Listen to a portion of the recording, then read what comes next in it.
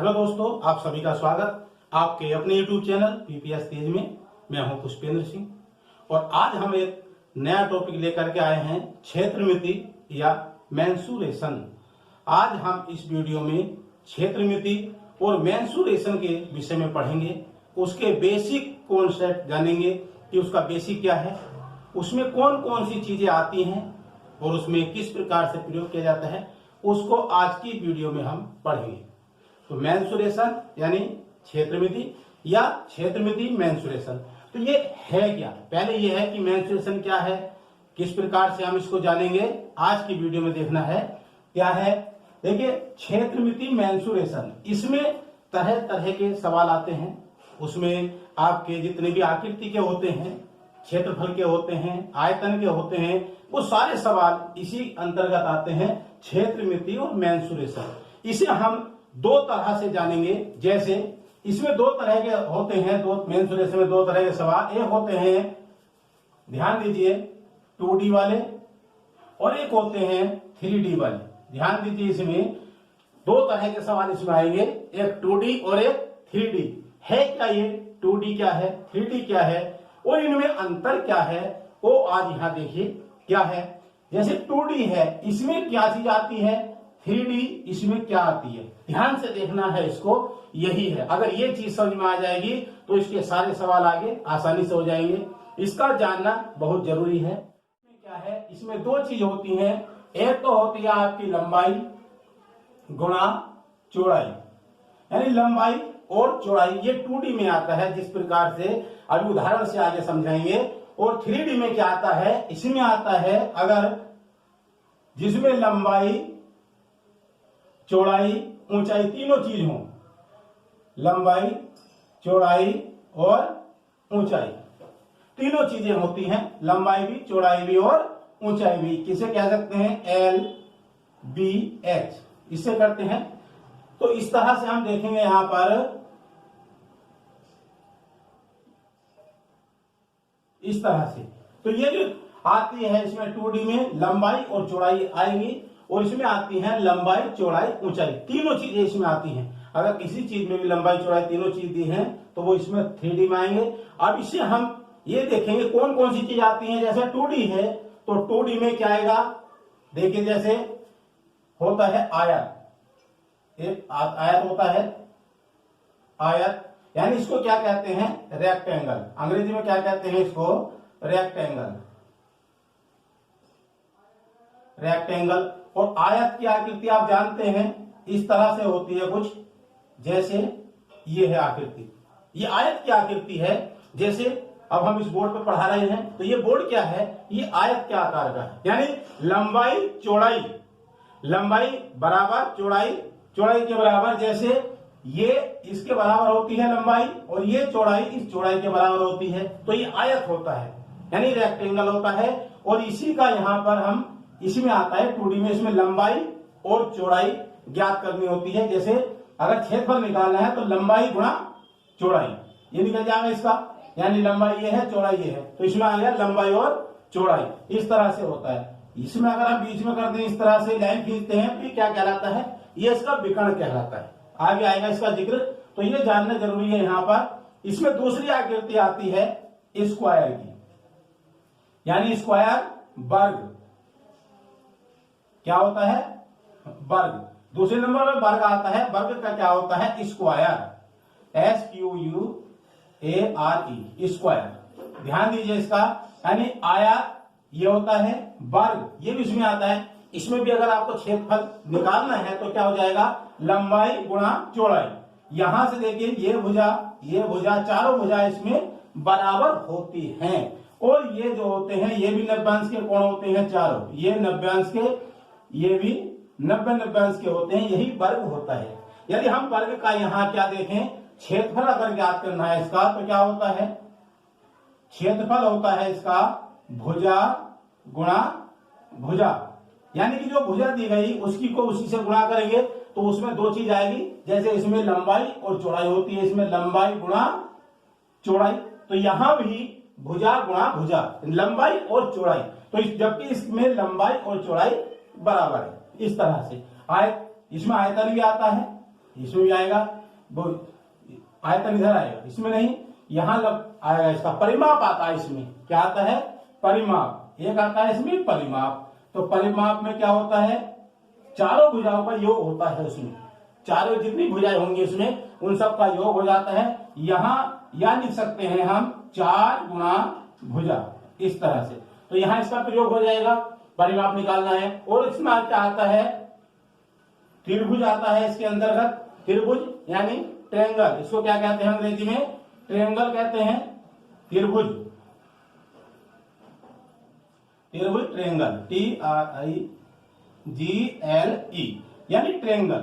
Triangle हो गया। त्रिभुज इसमें 3 भुजाएं होती हैं, ये देखिए 3 भुजाएं, नाम लिखिए ABC, 3 भुजाएं हो गई इसमें, यानी ट्रायंगल। इसमें भी निकालना है, अगर निकाल सकते हैं तीनों को, तो ये हम इस चीज में पढ़ते हैं। और एक चीज इसमें आती है, यहां देखिए क्या होता है? वृत्त। क्या होता है? एक वृत्त और इसमें भी आता है, जिसे कहते हैं सर्किल। इसे सर्किल कहते हैं। ये वृत्त है, ये भी इसी में आता है। इसमें भी वृत्त में देखिए, ये वृत्त में क्या होता है?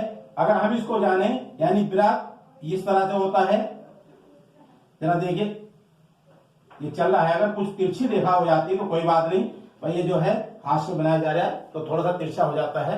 तो यहाँ इसका जो केंद्र बिंदु होता है यहाँ पर, इसको O कहते हैं। क्या कहते हैं? इसको O कहते हैं। और इसमें जो है यहां से वृत्त के केंद्र बिंदु से यदि कोई रेखा वृत्त तक जाती है तो ये त्रिज्या कहलाती है। क्या कहलाती है? ये त्रिज्या कहलाती है। यदि कोई ऐसी रेखा जो वृत्त के केंद्र से वृत्त तक जाती है तो वो क्या कहलाती है? त्रिज्या। और एक वृत्त के अंदर सारी त्रिज्याएं बराबर होती हैं। ये भी त्रिज्या है, ये त्रिज्या, ये भी त्रिज्या, ये त्रिज्या, इस तरह से क्या होती है? ये त्रिज्या होती है। और ये त्रिज्या जो है सभी बराबर होती है। ठीक है। यदि हम इसमें दूसरी चीज देखें, वृत्त में ही यहां पर अगर इसमें से कोई केंद्र से जाती है रेखा, इसे सीधी खींचते हैं तो इसको कहते हैं व्यास। क्योंकि इनकी आवश्यकता पड़ेगी इसमें, इसलिए बता रहा हूं कि इसकी जरूरत पड़ेगी, आगे इसको यह समझना जरूरी है। तो यहां क्या होगा? ये व्यास कहलाता है। और ये व्यास जो है ये क्या होता है? ऐसी रेखा जो वृत्त से वृत्त तक केंद्र से होकर जाती है, ऐसी रेखा जो वृत्त से वृत्त तक और केंद्र से होकर के जाती है तो वो व्यास कहलाती है। व्यास यानी कि इसको दूसरी भाषा में जीवा भी कहते हैं। सबसे बड़ी जीवा होती है। और जीवा क्या होती है? ऐसी रेखा जो वृत्त से वृत्त तक जाती है, कहीं भी हो, वृत्त से वृत्त तक, इस प्रकार से।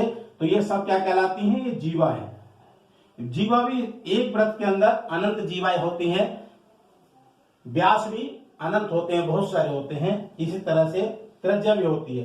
तो हम ये सब इसी के अंतर्गत पढ़ेंगे। वृत्त भी पढ़ेंगे, अर्धवृत्त भी पढ़ेंगे, और यहाँ इसके जो है परिधि, परिमाप, ये सब यहाँ पढ़ेंगे। ठीक है। परिधि भी इसमें पढ़ेंगे हम, जब परिधि निकालने के लिए आएगा आगे तो वो इसी में चीज पढ़ा जाएगा। परिमाप, जैसे आयत, इसका परिमाप निकालते हैं, ऐसे ही इसका भी परिधि होती है। परिधि और परिमाप एक समान ही होता है। तो ये आता है हमारा 2D के अंतर्गत, यानी मेंसुरेशन में जो चीज पढ़ेंगे ये वाली, ये 2D में आती है। और आगे आती है 3D। और 3D में क्या आता है? ध्यान दीजिए, सबसे पहले आता है आपका घन। घन आता है, क्या किसी अंग्रेजी में बोलते हैं क्यूब। ये अंग्रेजी में क्यूब होता है। अब इसमें घन में क्या होता है? घन में 3 चीज होती हैं, लंबाई, चौड़ाई, ऊंचाई, तीनों चीज होती हैं। इसलिए 3D में आती है, क्योंकि इसमें 3 नाप होती हैं, तो इसलिए 3D में आती है। अब इसमें ये कैसा होता है? थोड़ा सा आपको आकृति बनाकर दिखाता हूं। जैसे घन होता है, हमने आपको एक ये वर्ग बना दिया, ध्यान दीजिए, इसका वर्ग। इसे घन, घन क्या होता है? ध्यान दीजिए, इसका इस तरह से होता है। ये इसे हमने इससे मिला दिया, ये इसे, और ये ऐसे, और ये ऐसे, तो ये क्या बन गया? घन हो गया। जैसे घन क्या होता है? लूडो का पासा होता है, वो आपने देखा होगा, घर में खेलते हैं सब। तो लूडो का पासा क्या है? घन की आकृति है। तो उसी आकृति ये हो गई। इसमें तीनों नाप होती हैं, लंबाई भी होती है, चौड़ाई भी होती है, और ऊंचाई भी होती है। तो यहाँ घन, यहाँ होता है घन। तो इस घन में क्या करते हैं? अगर हम इसका आयतन निकालते हैं तो क्या होता है? लंबाई गुणा चौड़ाई गुणा ऊंचाई, लंबाई चौड़ाई ऊंचाई तीनों चीज इसके अंदर है। तो ये इस तरह से घन होता है। दूसरे इसमें क्या आता है? घनाभ। देखिए दूसरा क्या आता है इसमें, आप घनाभ देखेंगे। घनाभ क्या होता है, घनाभ की आकृति कैसे होती है, उदाहरण के तौर पर जैसे ईंट है, संदूक है, ये क्या है, ये घनाभ की आकृति है। तो घनाभ का क्या है, क्युबाइडीज होता है इसका, CUBOIDES, क्युबाइडीज होता है ये। तो इसमें क्या है, घनाभ यानी आपको बताया ईंट की आकृति होती है, और क्या होता है, बहुत सारी संदूक है, सेफ है, इस प्रकार की जितनी वस्तुएं तो घनाभ की आकृति होती है। इसमें लंबाई कुछ ज्यादा होती है, जैसे यहां देखिए इस तरह से ये घनाभ की आकृति हो गई, मैं यहां बना रहा हूं इस तरह से, ऐसे कुछ बनती है इस तरह से। घनाभ माचिस भी बन जाती है इस तरह से, माचिस का भी उदाहरण है, घनाभ होता है। इसमें भी लंबाई चौड़ाई ऊंचाई आती है, तो इसका भी हमें आयतन जब निकालना है तो लंबाई गुणा चौड़ाई से निकालेंगे। ये इसमें फार्मूला इसमें लगता है, जब आगे पढ़ेंगे तो सारा, यहाँ केवल आपको इस चीज का बेसिक बताया जा रहा है। इसमें हम क्या क्या चीज हम पढ़ेंगे उसके विषय में जानकारी दी जा रही है। आगे इसमें क्या आता है, बेलन। देखिए बेलन क्या होता है, बेलन से आप समझ रहे होंगे, बेलन का मतलब क्या होता है, यह होता है सिलेंडर। सिलेंडर आप सब जानते हैं,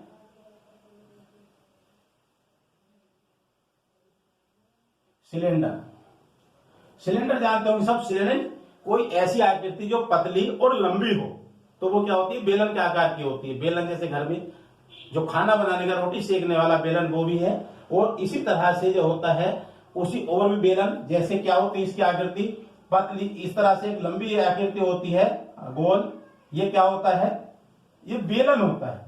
क्या होता है, बेलन यानी सिलेंडर इसको कहते हैं। बेलन से आप सब चीज जितनी गोल और लंबी होती हैं ये सब बेलन है। जैसे हमारे हाथ में पेन है, ये भी बेलन के आकार का है, इसे भी बेलन कहेंगे। इस तरह से बेलन, इसमें क्या निकलता है, गोल आकृति होती है इधर इस तरह से।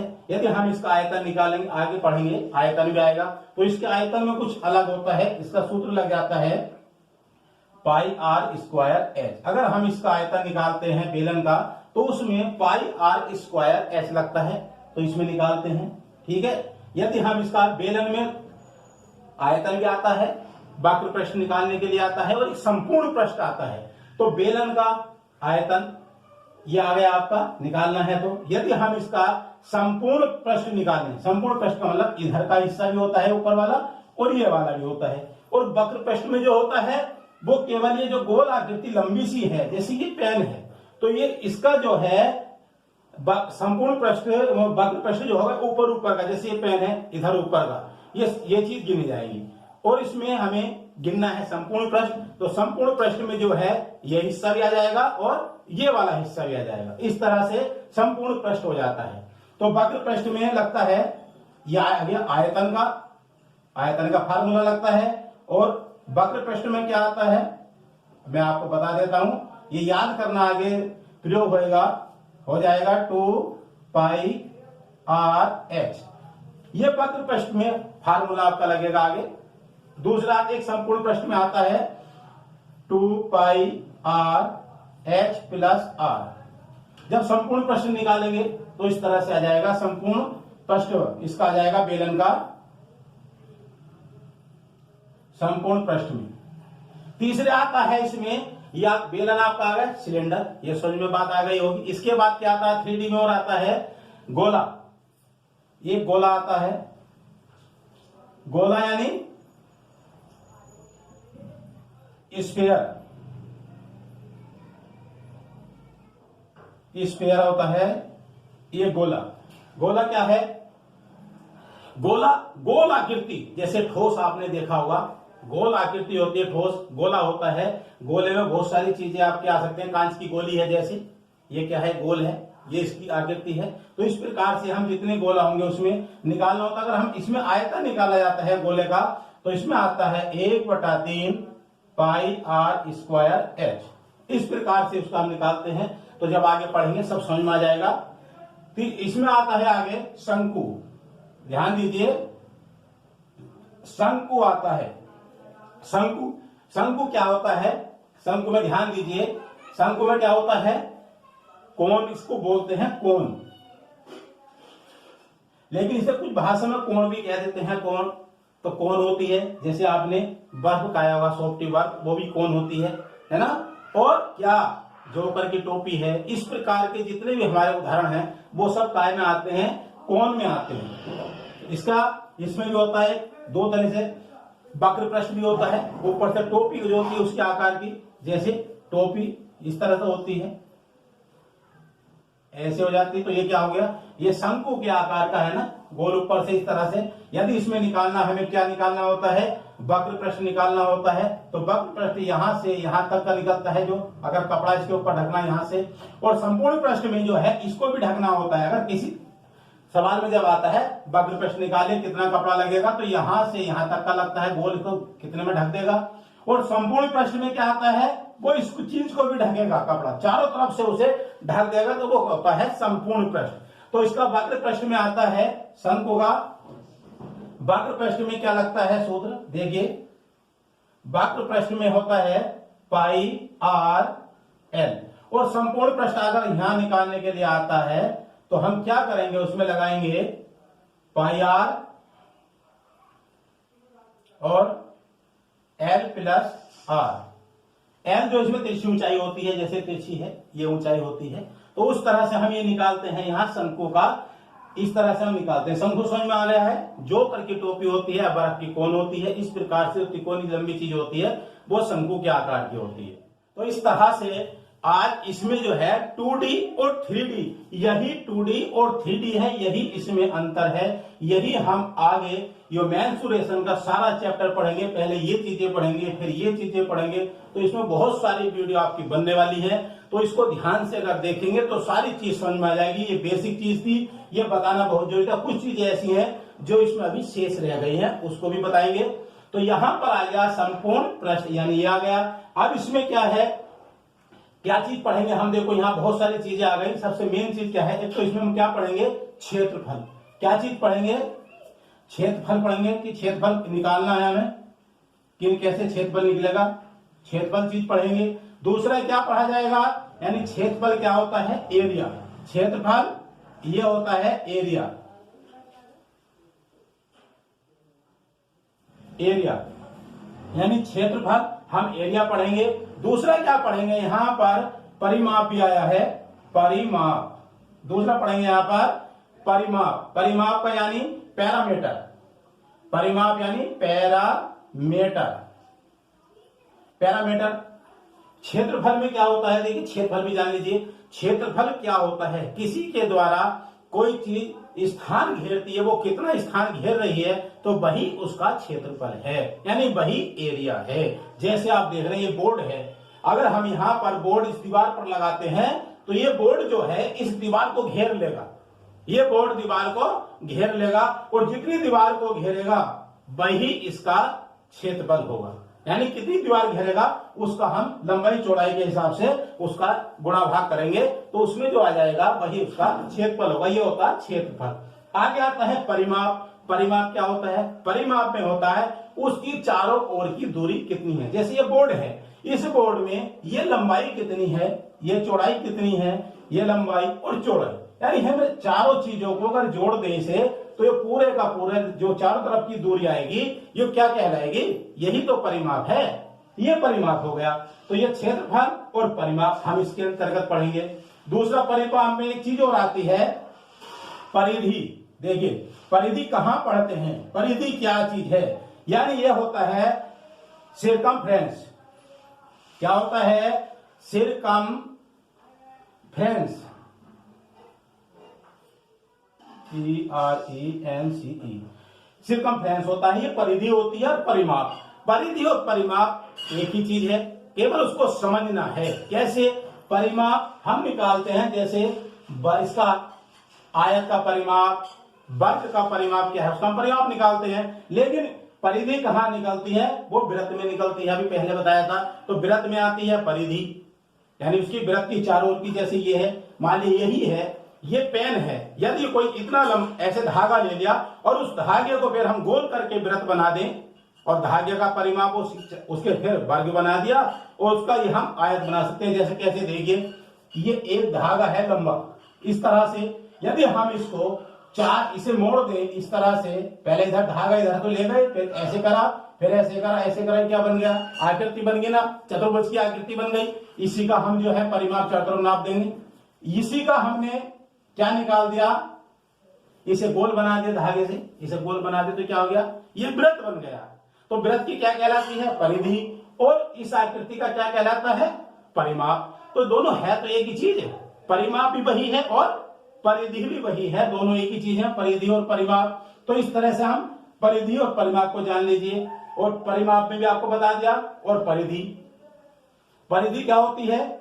इसमें देखिए, इसमें एक चीज आती है इसमें यहां परिधि। और परिधि क्या होता है कि परिधि की हम बात कर रहे थे, तो परिधि बराबर क्या होता है, यहां लिखेंगे हम, परिधि बराबर होता है, क्या होता है? 2πr। देखिए, अगर हमें वृत्त की परिधि निकालनी है तो इसका होता है 2πr। 2 का मतलब आप है लिखा हुआ, पाई का मतलब ये भी एक चिन्ह है जो पाई का है, इसका मान होता है। और आर क्या होती है? त्रिज्या होती है। पाई का मान क्या होता है? जैसे पाई होता है पाई, तो पाई का मान कितना होता है? 22/7। और इसका मान हम निकालते हैं तो क्या आता है? 3.14।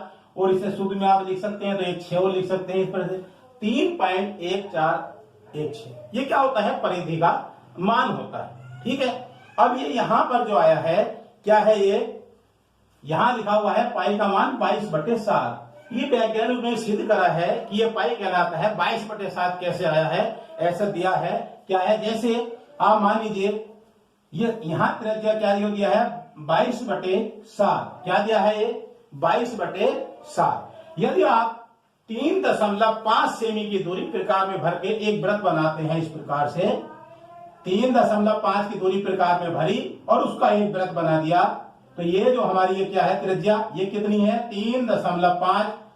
ये ओ इसका केंद्र है, यहां पर लिख दीजिए, पी लिख दिया, ओपी हो गया। इसमें 3.5 की दूरी हमने बनाया था, दूरी भर करके वृत्त, तो यहां क्या आया? 3.5 की त्रिज्या आ गई। तो सारी त्रिज्या बराबर है। यदि हम इसको पूरा यहां से कर देते हैं तो ये दूरी कितनी हो जाएगी? 7 हो जाएगी ना।